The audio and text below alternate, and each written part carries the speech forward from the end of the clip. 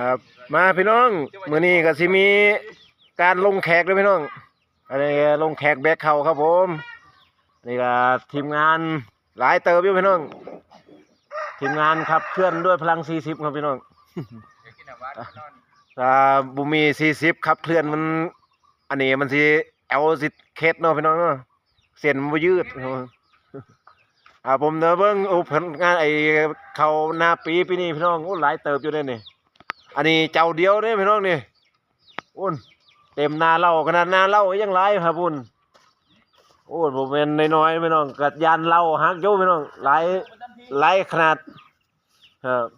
อันนี้ลุงโดงแกเสียอาสาอยู่ในเหล้าด้วยครับเนี่ยอ้วนแกขึ้นไปแล้วอ้วนเขาขนาดเขานาเหล้ายังหลายปานนี้พี่น้องโอ้ยยานเหล้าฮักอยู่นะครับเขาหลายวันนี้ยานเหล้าฮักอยู่นี่บอกให้ไปฝากเจ๊กกับบอไปเนาะเอาพี่น้องมาให้กำลังใจพี่น้องพูดนะทีมงานแลนแล้วอันนี้เราทีมงานหมดเดินเนาะหมดเดิน